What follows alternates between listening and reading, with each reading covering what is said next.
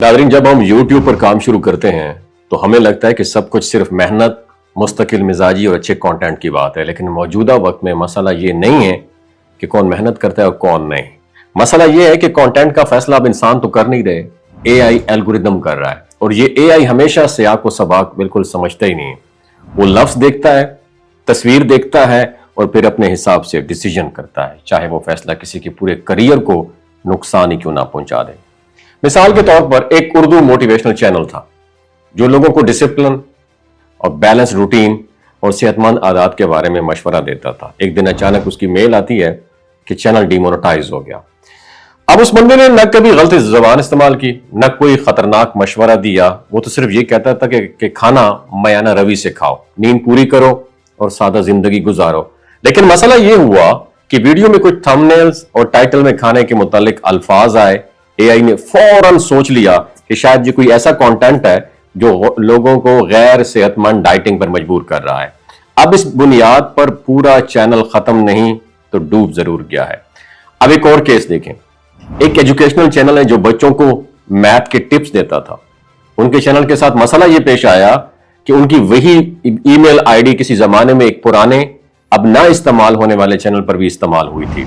اس پر کچھ سال پہلے کاپی رائٹ کے مسائل آئے تھے۔ اب اس بات کو اے آئی نے لنکنگ اکاؤنٹ کا مسئلہ سمجھ لیا اور فوراً دونوں چینلز پر کارروائی کر دی۔ وہ استاد، وہ ٹیچر جس نے دوسروں کے بچوں کو تعلیم کے لیے روز ویڈیوز بنائی تھی، ایک جھٹکے میں سب کچھ کھو بیٹھا۔ پھر جب اس نے اپیل کی تو ہر بار ایک آٹو ریپلائی آتا ہے کہ ہم نے آپ کا کیس ریویو کیا ہے، فیصلہ برقرار ہے۔ یہاں اصل درد یہ ہے کہ انسان کی محنت کو کوئی انسان نہیں دیکھ رہا، مشینیں دیکھ رہی ہیں، اور مشینیں جذبات، حالات، نیت اور مقصد کو تو انڈرسٹینڈ ہی نہیں کر سکتی۔ اور سب سے تشویش کی بات یہ ہے کہ پہلے ہوا یہ کرتا تھا کہ غلطی آنے پر پہلے وارننگ آتی تھی، پھر سٹرائک آتی تھی۔ اب معاملہ سیدھا ڈی مونیٹائزیشن سے شروع ہوتا ہے، یعنی آپ کو اپنی غلطی سمجھنے یا ٹھیک کرنے کا موقع ہی نہیں ملتا۔ آپ جب اپیل کرتے ہیں تو 90% کیسز میں اپیل بھی وہی اے آئی دیکھتی ہے، انسان تو دیکھتا ہی نہیں ہے۔ اس صورتحال میں اب سوال یہ پیدا ہوتا ہے، ہم جیسے کنٹینٹ کریٹرز کو کیا کرنا چاہیے؟ صرف ایک چیز، خدا را خاموش نہ رہیں۔ جب تک لوگ آواز نہیں اٹھاتے، پلیٹ فارم اپنی غلطی نہیں مانتا۔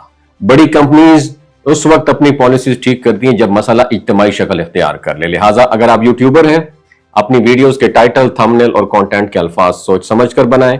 ایک ہی میل I D per come is come channel رکھیں، اور سب سے بڑھ کے ایک بات یاد رکھیے، اگر آپ کے ساتھ مسئلہ ہو تو اوپن کمیونٹی پلیٹ فارمز پر بات کریں، جیسے Twitter, x, YouTube help community اور اس طرح کے، کیونکہ ایک چینل بند ہونا صرف ایک لنک ختم ہونا بالکل نہیں ہوتا، وہ سالوں کی محنت، وقت، خواب، جذبات کا معاملہ ہوتا ہے، اور یہ فیصلہ ایک مشین کو اکیلا کرنے کا حق بالکل بھی نہیں ہونا چاہیے۔ آپ کی کیا رائے ہے؟ نیچے کمنٹ سیکشن میں اپنی رائے سے ضرور آگاہ کیجیے گا۔